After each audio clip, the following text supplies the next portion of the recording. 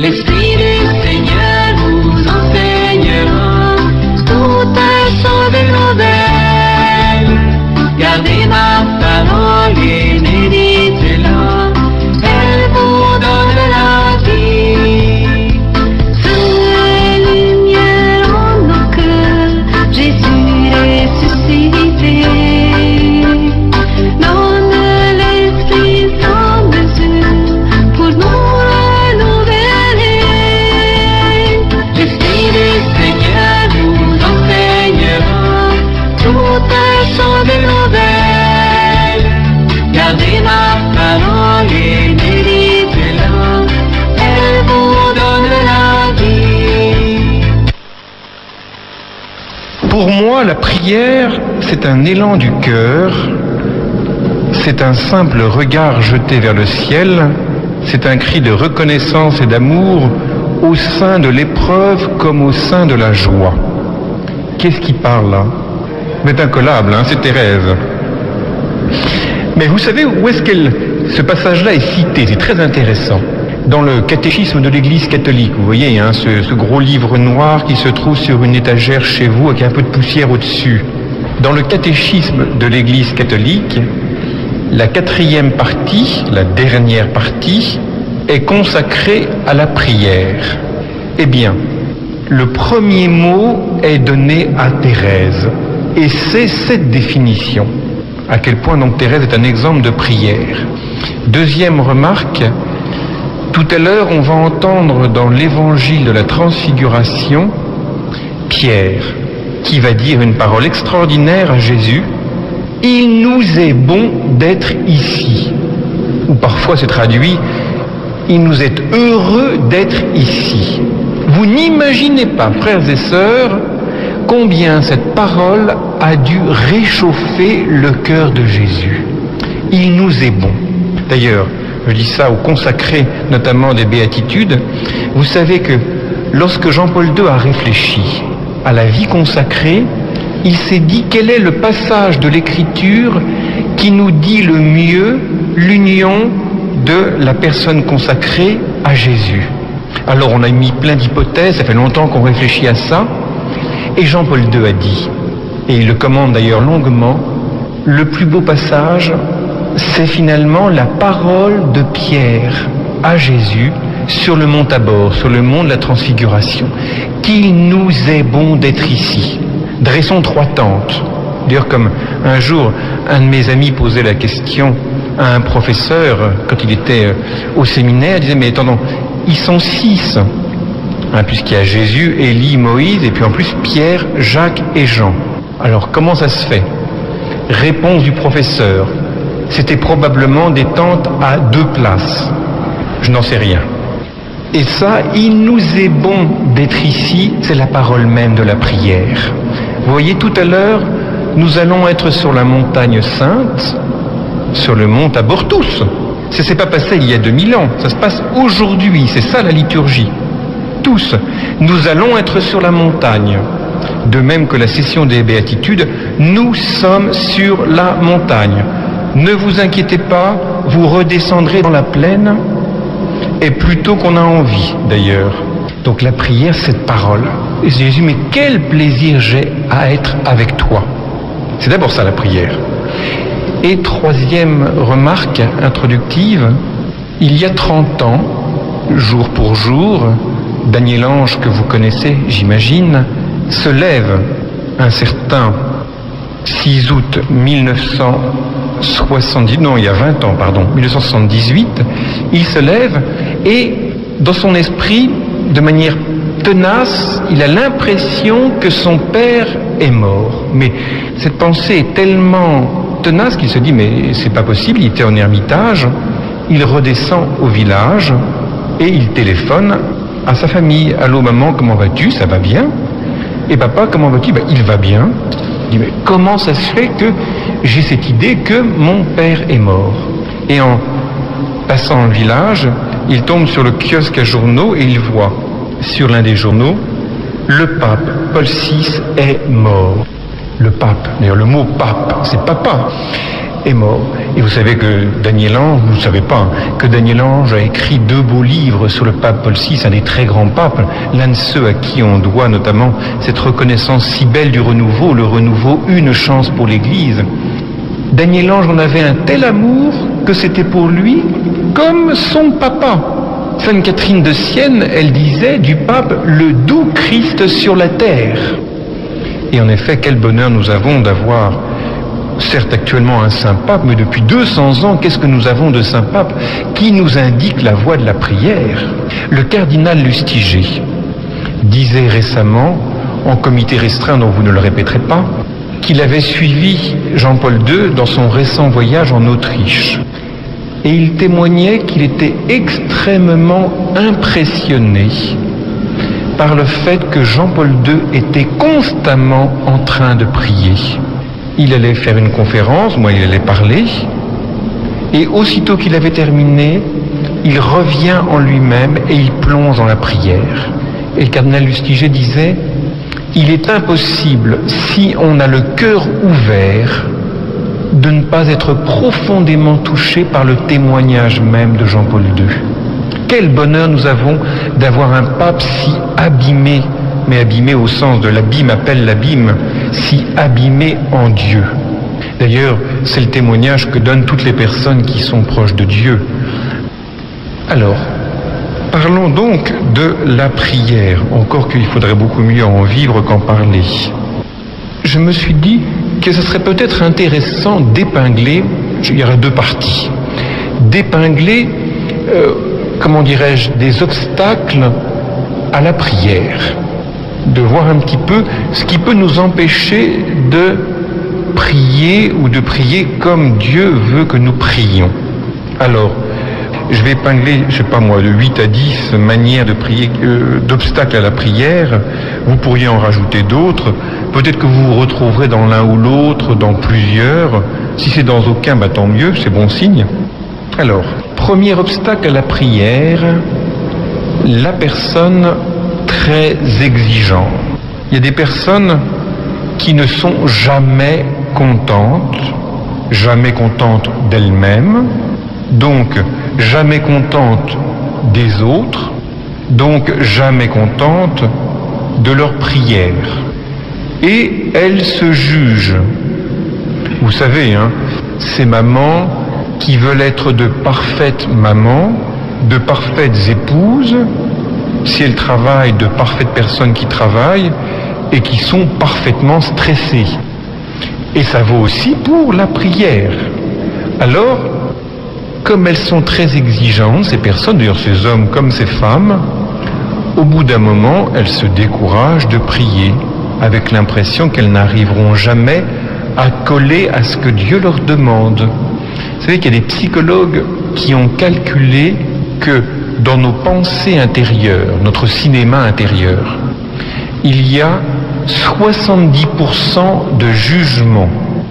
On juge les autres, on se juge soi-même. Bien évidemment, je ne parle pas pour vous, ça va de soi.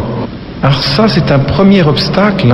Arrêtons de juger notre prière, de nous dire que Dieu n'accepte pas, n'accueille pas notre prière, qu'elle n'a pas de valeur. Ce qui est déjà le plus important, c'est que nous donnions du temps. Ce qui est le plus précieux pour l'homme moderne, c'est son temps. Donc déjà les personnes qui placent la barre très haut. Donc ça déjà c'est un premier obstacle. Ça va jusqu'au scrupule. Il y a un deuxième obstacle à la prière. Ce que j'appelle moi le Saint Bernard, c'est celui qui aide toujours les autres et qui donc va passer son temps dans la prière à prier pour les autres, à supplier. Et qui bien évidemment s'oublie complètement lui-même.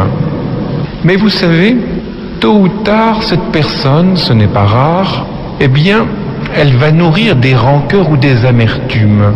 Elle s'est tellement oubliée pour les autres que finalement, elle a vraiment l'impression que tout le monde l'a oubliée. Et elle va vous envoyer la facture au bout de 15 ans ou 20 ans en vous disant « Finalement, je me suis toujours donné, t'as jamais pensé à moi. » Et ça, pareil par rapport au Seigneur. Seigneur, depuis le temps que je te prie et tu ne m'écoutes jamais. je suis toujours célibataire à 40 ans, ça fait 3 ans que je n'ai pas de travail et tu penses vraiment pas à moi. Alors ça c'est quand elle va prier pour elle, ça. Mais des personnes qui prient et qui en effet, donc là, je reviens au premier cas, hein, qui prient mais qui sont tellement oublieuses que là, elles vont au bout d'un moment se révolter. Il y a un troisième obstacle, une troisième manière fausse de se comporter par rapport à la prière. C'est au contraire la personne qui s'écoute trop ou qui écoute trop son état intérieur. Et il y a des personnes, en effet, quand leur prière, c'est quasiment une espèce de, comment dirais-je, de mur des lamentations. Hein, on va se plaindre, on va geindre, ou bien on va faire part au Seigneur de son état affectif, finalement de son état hormonal.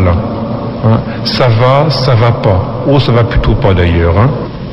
Et donc, on va en rester au sentiment, hein, à notre affectivité.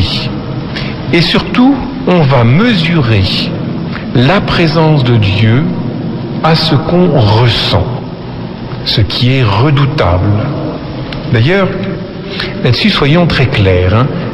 Jésus dit à Sainte Catherine de Sienne, au début, quand je me donne à quelqu'un, je me donne sensiblement, c'est-à-dire qu'il y a des grâces sensibles. Et après un certain temps, toujours, après un certain temps, je retire les grâces sensibles, mais non pas ma présence. C'est très intéressant ce que dit Sainte Catherine de Sienne. C'est une loi spirituelle absolument constante. Au début, si vous voulez, il y a des grands frissons qui nous parcourent l'échine dorsale, on dit chic, le bon Dieu est là. Et puis, après quelque temps, notre Dieu retire cette impression sensible. Pourquoi ? Eh bien, parce qu'il ne voudrait pas qu'on s'attache aux consolations. Ça, c'est très important. C'est le père Delbé, d'en croire à l'amour, qui a cette belle phrase, il dit « Si le chemin qui mène à Dieu est plein de roses, il y a des chances qu'on s'attache davantage aux roses qu'à Dieu. » Alors ça ne veut pas dire que le bon Dieu nous met des épines, on s'entend bien. Mais, et ça je vais y revenir tout à l'heure, c'est très important, notre Seigneur, dans la prière, veut purifier notre attachement à lui. Ça c'est capital. Et donc, qu'on arrête d'écouter ces hauts et ces bas, ces montagnes russes affectives, pour enfin descendre dans le cœur, ce qui est la foi. Vous savez, c'est le syndrome classique, dès que quelqu'un nous a sorti une parole dure, c'est vraiment un sport national chez les Français, dès qu'on a entendu une parole dure, premier réflexe, on décroche le téléphone. Et on va se plaindre. On va se plaindre du voisin, du parent, du patron. Alors que lorsqu'on a eu une parole dure, un choc, le vrai réflexe du chrétien, ce devrait être de descendre en lui-même et de vivre face à Dieu cet événement douloureux. C'est ça. Et du coup, ça permet de relativiser et d'arrêter d'accuser l'autre pour voir quelle est la part éventuelle que nous avons aussi dans la réaction. Quatrième obstacle à la prière, ce que j'appellerais volontiers le gagneur, le battant. C'est celui, je pense, le chef d'entreprise, ou bien même pas forcément le chef d'entreprise, ça peut être aussi la mère de famille, celui qui travaille beaucoup, qui est très actif. On dit même aujourd'hui les drogués du travail ou les drogués de l'activité. Le travail peut être une véritable activité. Alors vous pouvez trouver un peu curieux que je parle de ce cadre-là, puisque vous donnez 5 jours de votre vie, et pas seulement de vos vacances, en venant ici. C'est vrai, et c'est déjà bien. Oui, mais en revenant, en descendant dans la plaine. Combien de fois on a entendu mon travail, c'est ma prière. Et je vais vous faire un aveu, ça peut être une tentation pour les prêtres.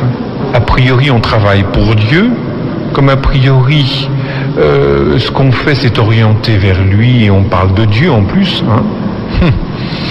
On pourrait être tenté, en effet, de ne pas prier ou de dire « mon travail, c'est ma prière ». Et donc, ça c'est une tentation, en effet, c'est de dire, finalement, c'est merveilleux, il y a les consacrés des béatitudes qui prient, et moi je travaille. C'est une bonne répartition des tâches. C'est vrai que Saint Dominique, quand il a envoyé ses frères dominicains pour prêcher, il s'est dit, oh là là, sécurité, je mets des contemplatifs pour prier pour eux. Mais il n'empêche quand même qu'il demande à ses frères dominicains de vraiment prier. Et donc, même quand vous dites, vous savez, les personnes qui me disent, oh mon père, moi je prie toujours, mon premier réflexe c'est de m'agenouiller pour leur embrasser les pieds. Parce que forcément, s'ils prient toujours, j'ai affaire à un saint. Malheureusement, je suis parfois déçu. Parce que pour dire qu'on prie toujours, il faut vraiment du temps. Et bien souvent, c'est un peu une illusion. On pense un petit peu à Dieu, mais pour vraiment arriver à prier constamment, prier sans cesse, oublier de penser à Jésus 3 minutes comme Thérèse, qu'est-ce qu'il faut avoir pris comme habitude, mais au bon sens du terme, de prier? Qu'est-ce qu'il faut avoir appris à s'arracher à tout ce qui nous tente pour se donner à Dieu dans une foi pure? C'est pas du jour au lendemain. C'est un long exercice spirituel, comme dirait saint Ignace. Et quand on me dit qu'on pense toujours à Dieu, je dis, mais est-ce que vous êtes capable de prendre de ce temps si précieux pour le donner à Dieu? Vous savez, certes on peut toujours penser à Dieu, mais est-ce qu'on peut vraiment lui donner du temps? Ça fait penser à ces personnes qui travaillent à leur bureau et qui disent à leur femme, par exemple, mais ça vaudrait pareil pour les femmes par rapport à leur mari, oh tu sais chérie, je pense toujours à toi, la preuve c'est que j'ai une photo de toi sur mon bureau. Ah je suis très touché, répond le conjoint, mais je serais quand même content que tu rentres non pas à 9h du soir, mais un peu plus tôt quand même, pour te voir, donc pour que tu me montres que vraiment tu m'aimes. Et en effet, souvent, c'est un petit peu comme ça, on a une photo de Dieu dans notre bureau, mais franchement, quitter notre laboratoire pour aller dans notre oratoire, ça... Donc ça c'est encore un 4e obstacle. Et puis vous savez, j'ai remarqué une chose, chez ces personnes qui sont très battantes, très gagnantes dans leur vie professionnelle, lorsque vraiment elles se convertissent à Jésus, il y a un risque qu'elles mettent leur même volonté de réussite dans la prière. Alors tant mieux, parce que ça fait des gens très très dynamiques. Et en même temps, il y a le risque que, comme dans leur vie professionnelle, elles ne supportent pas l'échec. Or, justement, ce qui nous fait grandir, c'est de voir que même lorsque nous sommes à terre, Dieu nous aime toujours autant. Alors c'est pas à vous que je vais l'apprendre, c'est le grand message de Thérèse. C'est l'amour inconditionnel de Dieu, que à mes yeux je me semble bien ou qu'à mes yeux je me déçoive. Or ça c'est le grand secret de la vie spirituelle. Arriver à se décevoir paisiblement. Alors j'ai plus en tête précisément, mais vous allez m'aider, la parole extraordinaire de Thérèse, lorsqu'une de ses sœurs lui écrit, et Thérèse lui écrit un petit mot en lui disant, c'est à peu près ça, le jour où tu pourras accepter paisiblement l'épreuve de te déplaire à toi-même. Extraordinaire ça. Accepter paisiblement l'épreuve, parce que c'est une véritable épreuve, de te déplaire à toi-même. 3 lignes plus loin, alors tu auras vraiment rencontré Jésus. Ça, le gagnant, celui qui ne se supporte pas en train de tomber et de retomber, celui qui chute dans la même faute sordide depuis des années et des années, qu'est-ce qu'il a besoin d'entendre cela et d'entendre aussi l'avant-dernière parole du 3e manuscrit de Thérèse. Quand bien même j'aurais commis toutes les fautes qui se peuvent commettre, etc. 5e obstacle. C'est important, moi ce qu'on appelle le zappeur. C'est quoi le zappeur? C'est un petit peu le jouisseur qui aime bien avoir une vie remplie, variée, pleine de plaisir. Celui-là, il va chercher son aise en priant. Ça peut être subtil, vous savez. On peut être très fidèle à la prière et en même temps, on va lire des bouquins qui nous intéressent. On va prendre plein de lectures spirituelles. Finalement, ce qu'on va chercher, c'est se faire plaisir. et non pas faire plaisir à Jésus. Ce mot si fréquent chez Sainte Thérèse, faire plaisir à Jésus. Or, sachez que la prière, c'est pas toujours rigolo. Désolé, je crois que c'est pas un scoop, mais de fait, quand Thérèse dit que ses oraisons toute sa vie ont été arides, eh bien ça nous montre qu'on va prier non pas pour soi, mais pour Jésus. Et là encore, ne mesurons pas notre prière à ce qu'on ressent. Et donc, vous dites, il y a la tentation de prier en prenant ses aises, je veux dire, y compris physiquement. Quelle est notre attitude dans la prière? Si nous cherchons nos aises dans la prière, est-ce qu'en effet c'est vraiment Dieu que nous cherchons? Je cherche le Seigneur, c'est vraiment ce qui caractérise le chrétien. Il y a encore un autre obstacle à la prière, c'est celui qui caractérise ce que j'appelle le cérébral. Celui qui, finalement, va pas seulement lire, mais chercher des idées intéressantes. Ah, ça c'est vraiment intéressant, dit-il. Et d'ailleurs avec un système de refroidissement des effusions mystiques très au point. Surtout ne pas laisser toucher son cœur, mais par contre que la tête elle-même soit extrêmement éclairée. Vous savez que le pèlerinage le plus long de notre vie, c'est de passer de la tête au cœur, et qu'il y ait toujours à reprendre. Et je ne parle pas seulement pour les intellectuels. Il n'y a pas que les intellectuels qui sont cérébraux. D'ailleurs, ils ne sont pas forcément cérébraux. Quand vous voyez un Jean-Paul II, quel grand intellectuel, il est vraiment un homme du cœur. Mais tous ceux qui peuvent être tentés par des idées, alors qu'il s'agit de rejoindre une personne. Vous ne comprenez pas l'écriture. Dites-vous que personne ne la comprend totalement.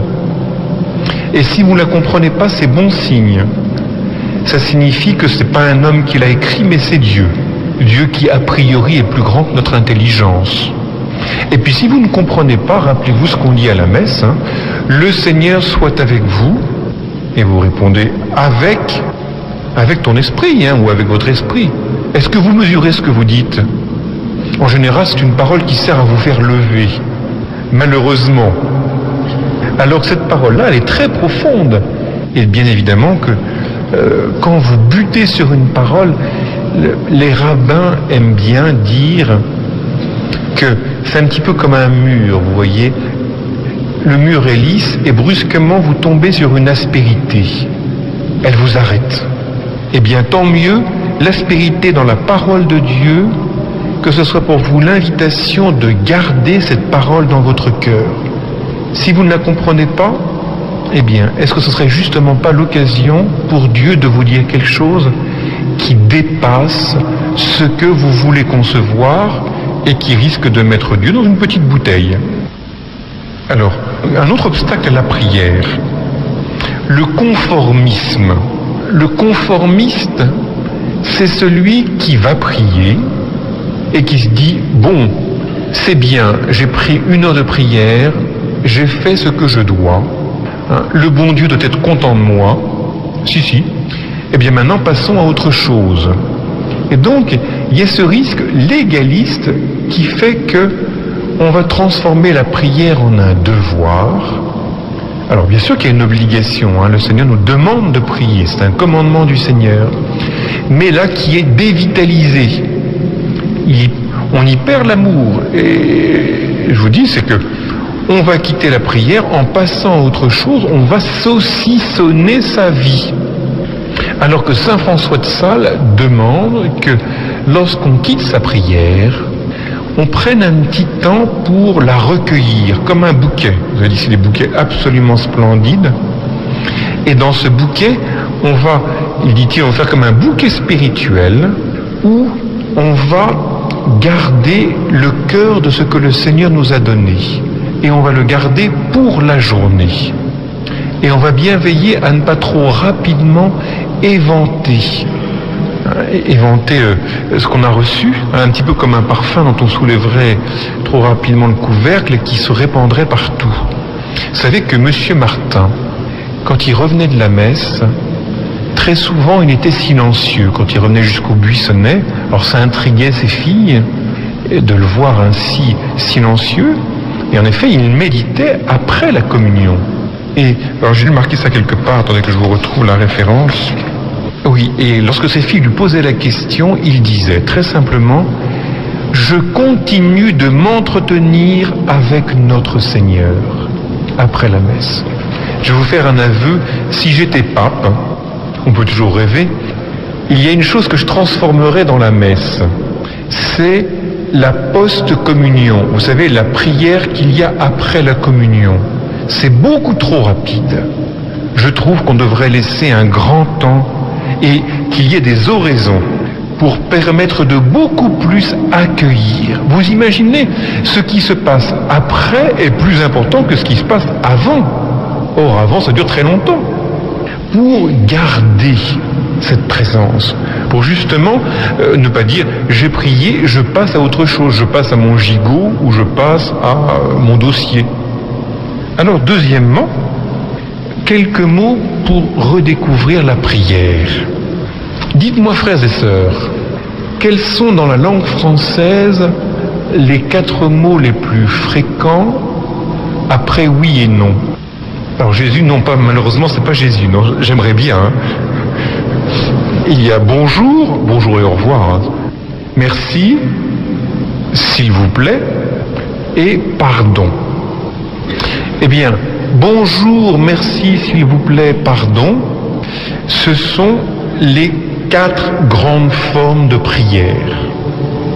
Ah, ça c'est important, vous savez, parce que souvent, notre prière, c'est de la demande. D'ailleurs, on voit bien, quand on demande à quelqu'un de formuler spontanément une prière, quand je demande aux enfants du catéchisme à la paroisse de prier, eh bien, ils demandent. C'est très rare que spontanément on dise merci. Or, c'est une des 4 formes de prière. Il n'y a pas de raison de privilégier la demande, c'est-à-dire le s'il te plaît, plus que les 3 autres formes de prière. Il n'y a pas de raison. Alors, je vous dis pas seulement ça pour renouveler votre prière, mais pour voir la variété.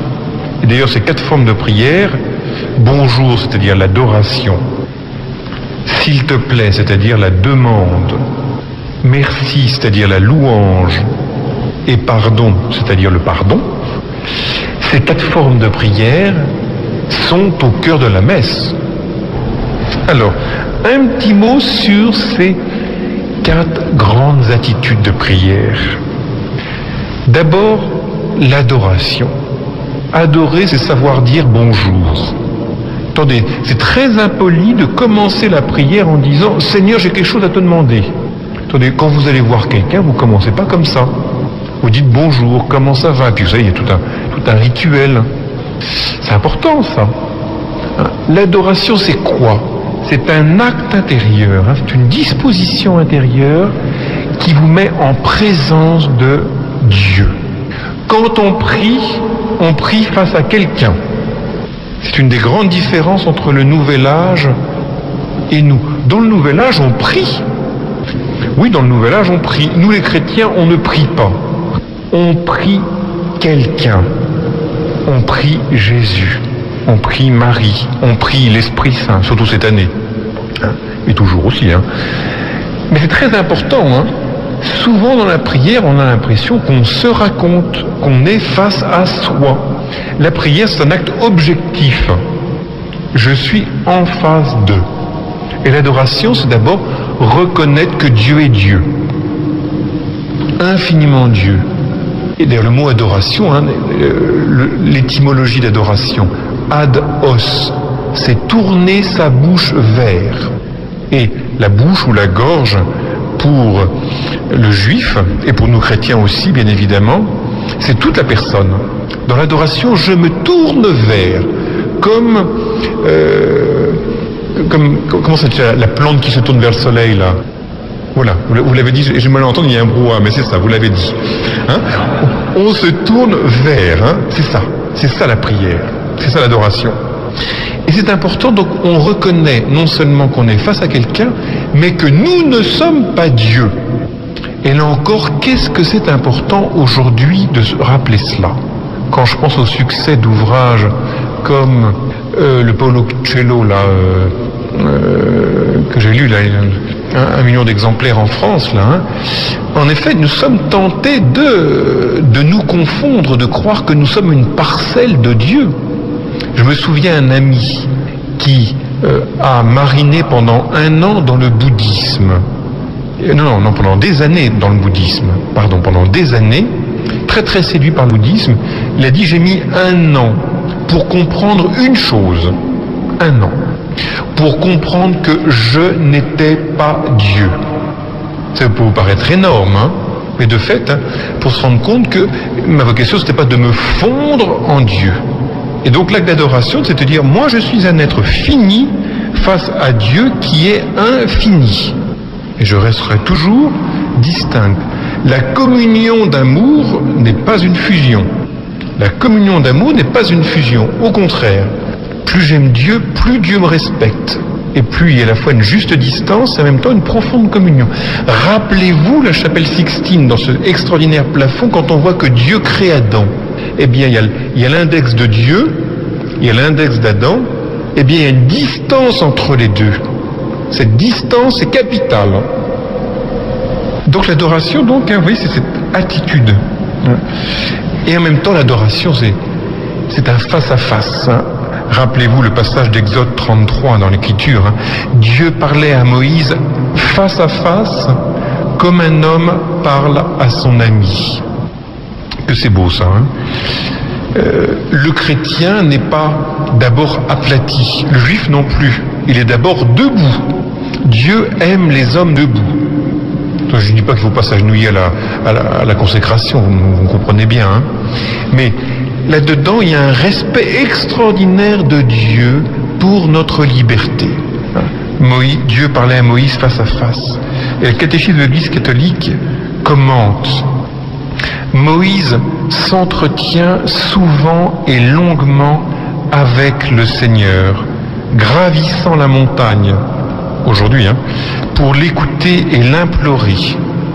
Il est à demeure dans ma maison, je lui parle bouche à bouche dans l'évidence. Étonnant, c'est une parole de l'Écriture aussi. Hein. Moïse est à demeure, hein, je lui parle bouche à bouche.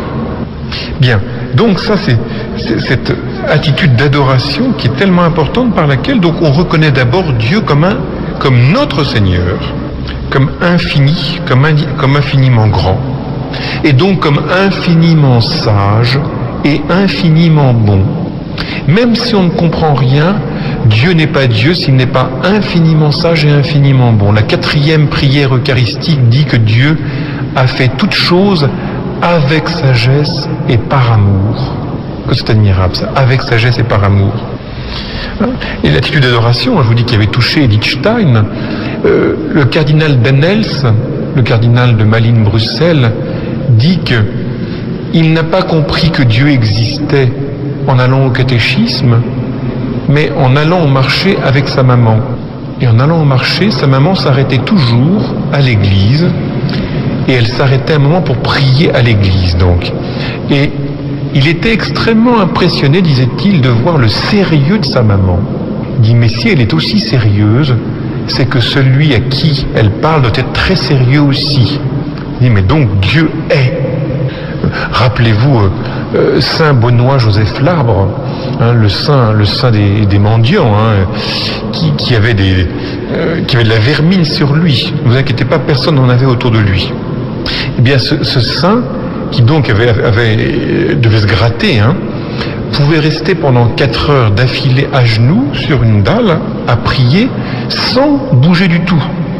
Et ceux qui l'observaient se disaient, mais c'est impossible sans qu'il y ait la grâce de Dieu. Toute personne qui a de la vermine se démange en permanence. Et donc son attitude, là encore, a montré à quel point il était en adoration. Dire merci, hein, dire bonjour, c'est adorer Dieu. Dieu plus grand que tout. Et donc Dieu infiniment bon.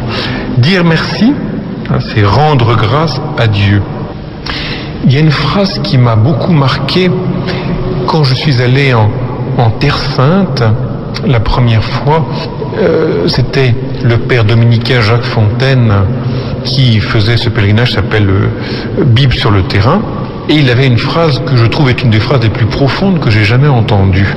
Il disait, l'action de grâce, c'est la clé de l'harmonie universelle. L'action de grâce, c'est la clé de l'harmonie universelle. Oh, que c'est juste, que c'est juste. Pourquoi? Regardez, Le bonheur de Dieu, c'est de donner. Je dis bien, c'est son bonheur, puisque Dieu n'est que don, c'est de donner.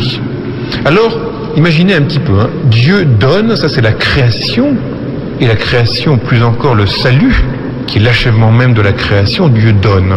Quelle est l'œuvre de l'homme qui est à l'image de Dieu?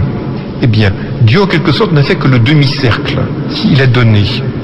L'œuvre de l'homme, c'est de retourner vers Dieu. Mon job, à moi, c'est de faire la moitié du chemin. Alors vous inquiétez pas, Dieu est là pour nous aider, hein. Mais Dieu se donne, et nous sommes appelés, nous, à retourner vers Dieu. Eh bien, retourner vers Dieu, c'est louer Dieu. Ce que Dieu donne comme grâce, je lui redonne en action de grâce. Ça, c'est ce que saint François d'Assise avait tellement bien compris. Donner, donner et redonner. Et en action de grâce. C'est pour ça que c'est le saint de la louange. Il voit bien que toute la création loue Dieu. Alors, vous voyez, pour louer Dieu, il y a deux manières de louer Dieu. La première, c'est de louer Dieu pour ce qu'il nous donne. Alors, dans ce cas-là, si on sent rien, on ne va pas le louer, puis on va être triste. Et c'est pas rare qu'en effet, on loue Dieu seulement pour ce qu'il va nous donner.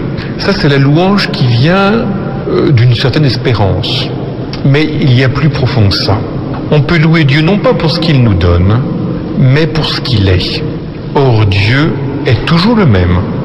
Si vous le louez pour ce qu'il est, vous aurez toujours une raison de le louer. Parce que Dieu est toujours bon, et que là, ça ne changera pas.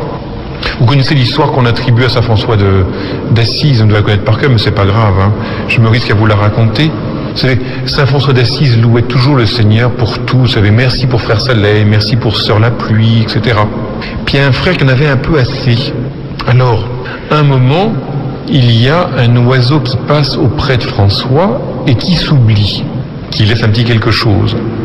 Alors le frère, avec un petit air narquois, se dit « Ah ah, voyons un petit peu si François, qu'est-ce que François va maintenant dire, hein ?» L'oiseau s'est oublié sur François. Et François voit, et puis, avec un grand sourire, se tourne vers le ciel et dit « Oh, merci mon Dieu de ne pas avoir donné d'aile aux vaches. » Alors vous savez que la louange, c'est le grand remède contre la jalousie. La jalousie, qui n'est pas jaloux? On a très honte de la jalousie. C'est malheureusement quelque chose qui nous touche tous, hein. Et c'est l'exemple que nous donne le roi David. Vous savez, le roi David qui devait consoler Saül, qui était malade de jalousie. Et pour le consoler, alors il ne mettait pas du Simon and Garfunkel, il n'y avait pas à l'époque, mais il jouait de l'harpe, de son kinnor. Et c'est grâce à la louange qu'il pouvait adoucir le cœur de Saül. C'est la louange. Par la louange, je me sors de la tristesse qui me mord le cœur. La jalousie, ça me ronge le cœur. Par la louange, je vois qu'en face de moi, il y a du bien. Seigneur, merci pour la réussite de l'autre. Merci pour le bonheur qu'a l'autre. Tant mieux pour lui, ça ne me retire rien à moi. Qu'est-ce que c'est important ça? Le jaloux a toujours l'impression que le bonheur de l'autre lui fait ombrage. Par la jalousie, justement, je sors de moi pour bénir Dieu. Et très important, je rajoute aussi pour le jaloux, n'oubliez jamais qu'au fond de la jalousie, il y a un manque d'estime de soi. Toujours. Le jaloux ne s'aime pas lui-même. S'il s'aimait lui-même, eh bien, il ne serait pas triste si on disait du bien de l'autre, parce qu'il aurait confiance dans le bien que Dieu dépose en lui. Ah voilà, hein. La louange, dire merci, hein, c'est dire Alléluia, hein, Alléluia, louer Dieu, en hébreu. Troisièmement, dire pardon. Alors là aussi, hein, il y aurait beaucoup de choses à dire. Il faut beaucoup d'humilité, hein, pour dire pardon, notamment en couple. Je me souviens de ce fiancé à qui je posais la question dans la préparation au fiancé. Mais est-ce que vous dites pardon? Oh, disait-il, ce n'est pas la peine, parce que quand je pardonne, ma fiancée le voit. Ouh, qu'est-ce que c'est que ça? Elle n'a pas besoin de le voir, elle a besoin de l'entendre. Et le signe que votre cœur est ouvert, c'est que vos lèvres s'ouvrent. C'est Saint Jean de la Croix quand il disait que l'amour et l'amour-propre, ça fait pas bon ménage. Il faut beaucoup d'humilité pour s'ouvrir quand on boude. Vous avez remarqué ? La bouderie. Bon, passons, il y a tellement de choses à dire sur la bouderie. Et donc, le pardon nous fait sortir, justement. Et donc, il y a une prière de pardon. On demande pardon à Dieu de bouder. Alors, je sais bien qu'il y a des fois où on souffre. C'est-à-dire, c'est un des obstacles à la prière aussi, je n'ai pas nommé tout à l'heure, mais il y a celui qui demande à Dieu de tout faire. On dit, Seigneur, je te fais confiance, donc tu t'occupes de tout. Bon, est-ce que je peux raconter une histoire juive, mais gentille, bien sûr. C'est l'histoire de ce juif qui voulait absolument gagner au loto. Alors il prie le Seigneur, mais Seigneur, je veux gagner au loto. Alors il prie, puis il gagne pas au loto. Puis il prie 1 an, 2 ans, 3 ans, puis il gagne toujours pas au loto. Et voilà qu'un jour, son voisin du dessous gagne. Alors il est fou furieux. Comment toi, l'Éternel, tu fais gagner quelqu'un au loto? En plus, c'est un goïme, en plus, il est même pas juif. Attends, c'est une honte, Seigneur. Et le Seigneur écoute sa prière et lui répond. Mais tu sais, moi je voudrais bien que tu gagnes au loto. Au moins, achète un billet. Je racontais cette histoire à une personne célibataire d'un certain âge qui se plaignait de ce qu'en effet elle était célibataire. Alors je lui pose naïvement la question, est-ce que vous rencontrez des personnes? Est-ce que vous faites des dîners pour rencontrer? Ah non, le Seigneur s'occupe de moi. Alors je lui raconte cette histoire et quelque temps après elle me téléphone en disant, eh bien j'ai acheté mon billet de loto. J'ai fait un dîner où j'ai invité du monde. Et oui, que c'est important. Vous savez ce que dit saint Ignace de Loyola, faites tout comme si tout dépendait de vous, attendez tout comme si tout dépendait de Dieu. Faites tout comme si tout dépendait de vous, attendez tout comme si tout dépendait de Dieu. Et donc, il y a une manière en effet de prier en se dérobant, en fuyant sa liberté, qui ne respecte pas ce don de la liberté qui est présent en nous. Et dans ce cas-là, en effet, tôt ou tard, il y a une révolte qui va monter en notre cœur. Alors, donc, la demande de pardon, donc, est essentielle, et elle nous fait prendre conscience de notre liberté et de notre responsabilité face au mal. Non pas pour être écrasés, mais pour que Dieu puisse nous donner la joie de son pardon. Rappelez-vous le psaume 51, extraordinaire parole. Rends-moi la joie d'être sauvé. Rends-moi la joie d'être sauvé. Et être sauvé, c'est être pardonné, c'est pareil. Vous entendez bien cette phrase, Rends-moi, c'est-à-dire on la perd toujours, cette joie. Rends-la-moi. Et c'est une joie. Je me souviens de cette personne me disant, qui avait fait 1 an d'école d'évangélisation à Paray-le-Monial, elle me disait, en 1 an d'école d'évangélisation, je n'ai découvert qu'une seule chose, mais elle remplit mon cœur, elle le ravit. J'ai découvert que j'étais sauvé. Si on vivait comme des sauvés, comme des êtres pardonnés. Nous ne sommes pas des purs, frères et sœurs. Nous sommes des purifiés.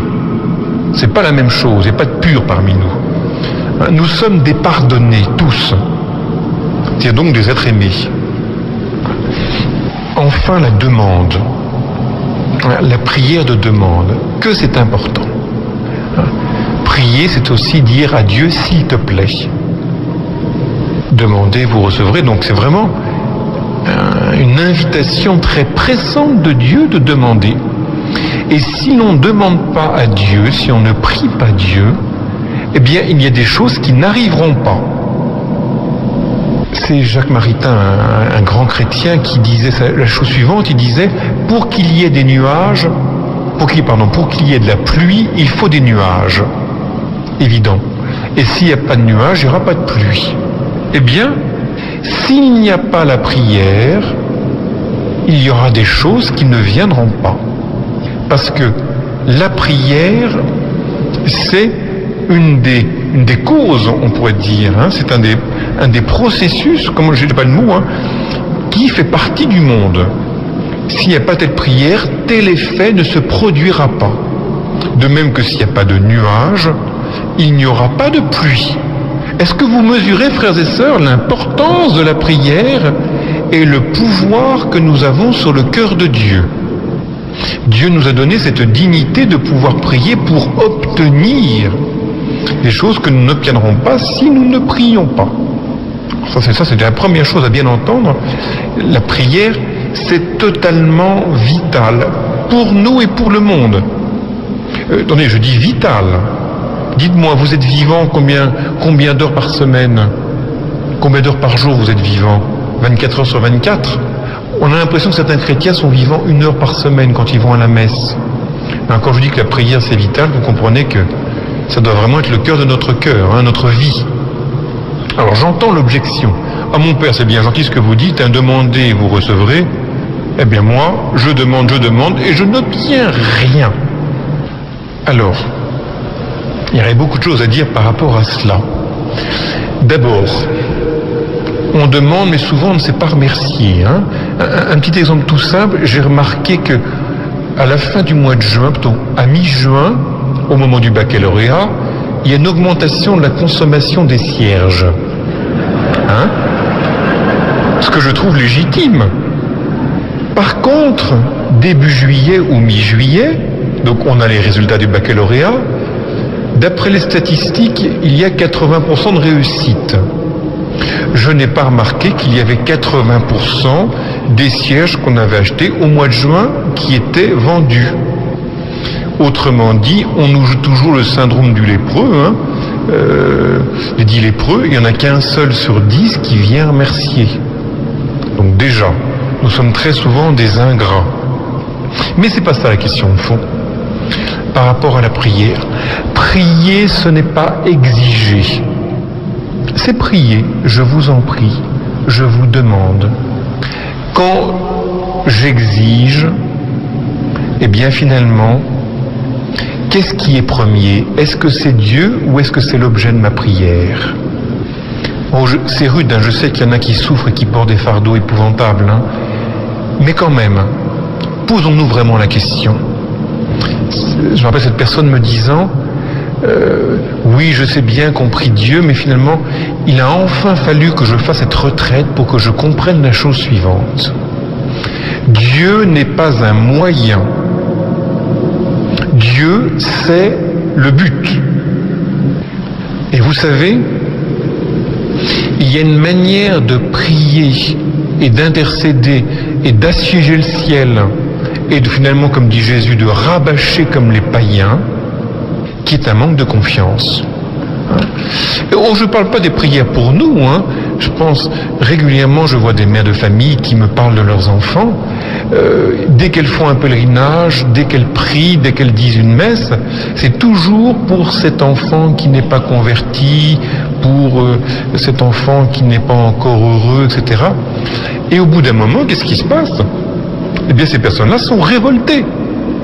Mais finalement, est-ce qu'elles n'ont pas fait Dieu un moyen en vue de ce qui pour elles devrait être le bonheur, à savoir que leur enfant soit heureux? Je comprends. Mais attendez. Hein. Pour ces personnes-là, régulièrement, je leur dis, eh bien, arrêtez de prier pour ce... Oh, mais mon père, vous n'imaginez pas, si j'arrête de prier, qu'est-ce qui va se passer? Ben, d'abord, vous trouvez peut-être un peu plus de paix. Hein. Et peut-être aussi plus de confiance, parce que la communion des saints se chargera de ça. Vous reprendrez la prière pour cette personne-là quelque temps après. Mais pour l'instant, redécouvrez les autres formes de prière. Redécouvrez la louange. Redécouvrez l'adoration. Et aussi le pardon. Ce n'est pas de pas assez prier, mais de trop demander qui fait souvent le lit de la révolte. Et donc une prière qui n'est pas ajustée. Et donc, il y a besoin, vous voyez, donc de réordonner constamment notre prière à Dieu, qui est plein d'amour et de sagesse. S'il a fait toutes choses avec amour, par sagesse et avec amour, eh bien, il sait. Et puis dites-vous une chose, hein. Thérèse a prié toute sa vie pour des personnes dont le cœur n'a pas changé. Mieux que ça, Jésus a prié ô combien Jésus a prié. Rappelez-vous en Saint Luc, Jésus prie et choisit ses 12 apôtres, dont Judas Iscariote qui va le trahir. Judas a prié toute sa vie publique pour Judas, et extérieurement parlant, au moins, on n'a pas vu la conversion de Judas. Donc ne vous culpabilisez pas et ne croyez pas que votre prière n'est pas écoutée par Dieu. Malheureusement, le cœur de l'homme ne nous appartient pas, et nous avons malheureusement aussi la capacité de nous enfermer. Je ne parle pas de nos voisins, je parle pour nous. Et donc, là-dessus, notre prière n'a pas toute puissance sur l'autre. Et toujours pour répondre à cette question de « mais je prie, je ne suis pas exaucé », n'oublions pas qu'il est important de purifier notre désir. Prier, c'est saint Thomas d'Aquin qui dit cela. Il dit « la prière, c'est l'interprète de notre désir devant Dieu ». Et finalement, saint Thomas continue en disant « la prière nous fait désirer ce qui est bon pour nous. La prière purifie notre désir. » La prière, c'est l'acte même de l'espérance. Eh bien, par la prière, petit à petit, j'apprends à orienter mon désir vers Dieu. Et c'est pour cela d'ailleurs que la prière par excellence, c'est le Notre Père. Pourquoi ? Finalement, le Notre Père, c'est une prière très très importante, le Notre Père, bien évidemment, parce que Jésus nous l'a enseigné. C'est une prière qui d'ailleurs a converti. Les personnes qui ont été guéries par notre Père, c'est inouï, guéries ou converties. Dimitri Panine, qui est l'ami d'Alexandre Solzhenitsyn, a été converti en disant notre Père. Tatiana Goritcheva, dans Nous convertis d'Union soviétique, a été convertie en disant notre Père. Les pères de l'Église, les saints docteurs ont commenté très souvent le Notre Père. Pourquoi ? Parce que le Notre Père, c'est le résumé même de ce que doit être notre désir, donc de ce que nous avons à demander. Et c'est pas si évident que ça. Si vous prenez le Notre Père, est-ce que nous savons que spontanément, le premier objet de notre désir, c'est-à-dire celui auquel on doit aspirer avec toute sa force, c'est que ton règne vienne. Spontanément, en fait, ce qui occupe la première place chez nous, c'est plutôt ce qui est urgent, ce qui nous oppresse, ce qui est lié aux difficultés de la vie. Eh bien, le Notre Père nous apprend que ce qu'il y a de plus urgent à demander, c'est que ton règne vienne, que ta volonté soit faite. Pas que ta volonté soit faite. Et donc, le Notre Père, c'est l'interprète même du désir, donc c'est pour ça que c'est la prière et la demande par excellence. Alors, je termine pour que vous ayez un temps pour vous reposer. Alors, vous savez, l'essentiel dans la prière, et le but finalement, ce que Dieu veut pour nous dans la prière, c'est nous faire découvrir ce qu'est l'amour. C'est nous faire découvrir la gratuité de l'amour, c'est-à-dire la gratuité du don. Alors, c'est pas le Père Jacques Philippe qui me susurre ça dans l'oreille, puisqu'il vous a parlé de donner. Comme disait mon voisin, vous avez remarqué, on a l'impression que c'est la personne qui est dans le cadre, là, Louis Martin, qui est descendu, les lunettes en plus, pour vous parler du don. Alors c'est vrai qu'il y a le don en argent, qui est une manière de bien manifester notre amour, mais la prière, c'est par excellence le lieu du don gratuit. Dans la prière, finalement, qu'est-ce que Dieu veut ? Il veut nous apprendre à aimer. Et si parfois, et même souvent, notre prière est aride, eh bien, réjouissons-nous. C'est parce que c'est Dieu lui-même qui conduit. Et s'il ne veut pas que nous ressentions quoi que ce soit dans la prière, c'est parce qu'il ne veut pas que nous nous cherchions nous-mêmes. Et Dieu, qui est infiniment sage, Donc, mesure exactement les consolations et les désolations dont nous avons besoin. Qu'est-ce que c'est précieux, ça, frères et sœurs? La prière est le seul lieu où nous puissions vraiment purifier le don de nous-mêmes. Parce que Dieu conduit. Si nous acceptons d'être fidèles tous les jours à la prière, de ne pas nous chercher nous-mêmes, de demeurer fidèles autant que nous donnons au Seigneur, petit à petit, il va nous permettre de vivre dans un véritable don, où finalement, c'est lui en premier qui compte, pas nous, lui. Et alors là, vous découvrirez la seule joie qui dure, qui est la joie du don. Une joie qui n'est pas tournée sur soi, mais qui est tournée vers lui. Et là, vous pourrez vraiment vivre ce don auprès de vos frères, avec la même gratuité, sans vous chercher vous-même et sans vous attrister de ce qui ne vous rende pas en retour. Seigneur notre Dieu, toi dans tous les sens, dans tout l'être est de te donner à nous. Toi Seigneur Esprit Saint, toi dont Jean-Paul II nous dit que tu es la personne dont viens en nos cœurs. Répands ton amour en chacun de nous, que nous puissions découvrir dans la prière combien tu es présent en nous, combien dans le tabernacle de nos cœurs tu nous cesses de murmurer que tu nous aimes, combien tu nous appelles à ta suite.